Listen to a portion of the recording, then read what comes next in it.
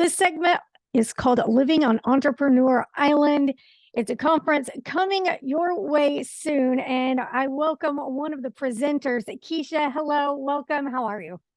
Hi, Trina. I'm well. How are you doing? I'm doing good. Good to talk to you again. Tell me a little bit about your involvement. Tell me your business, what your presentation is going to look like, and how it can help out other entrepreneurs that are coming to this event.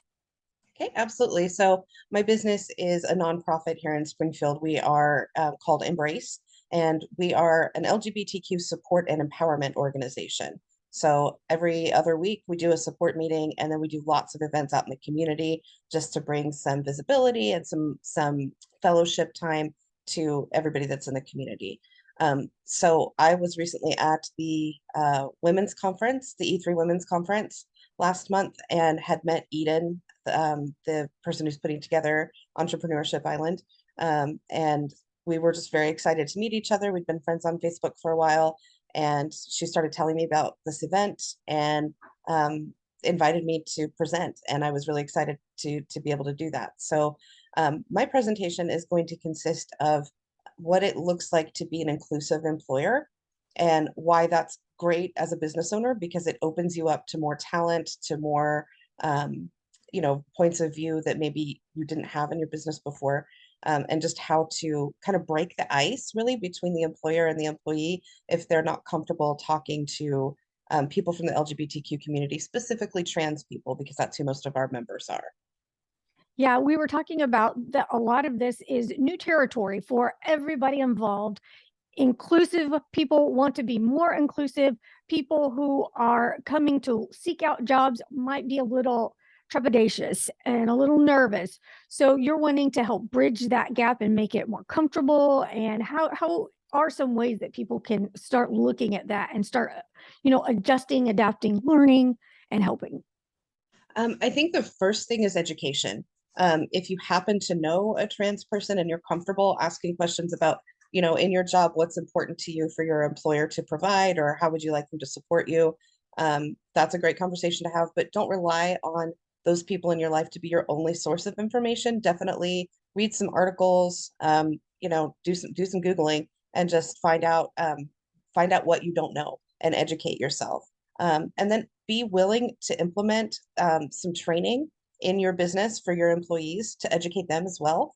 If you're inviting people to work for you, in my mind, this is how I feel about my organization, you're responsible for their feeling of belonging to an extent within the organization. And so making sure that people are on board with using proper pronouns and a person's proper name, even if that change happens in the middle of their employment journey, those things are really, really important. And the more educated you are, the more time you spend with people in the community, the more comfortable you're going to be having those conversations. Absolutely. And for maybe an employer that's thinking, yeah, I'm inclusive. I didn't know though I needed to do something else or more. How does one know or gauge where to open up more? Does that make sense? Like for a Yeah. lot of us, it is natural. People come, welcome, but some people don't know that they need to open a door and say, walk through. Sure, sure. I would say take a look around at your current employees and the people that you're working with.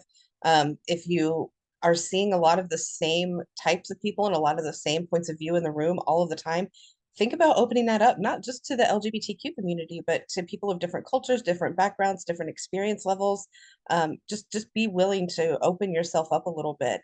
And that's a risk with any business. I mean, definitely have your interview processes in place, and make sure that the person is a right fit for the culture in your business, but just be willing to open that up to people, and then educate yourself on the best way to get that training implemented, if that's you taking some courses and doing it yourself, or finding a local provider.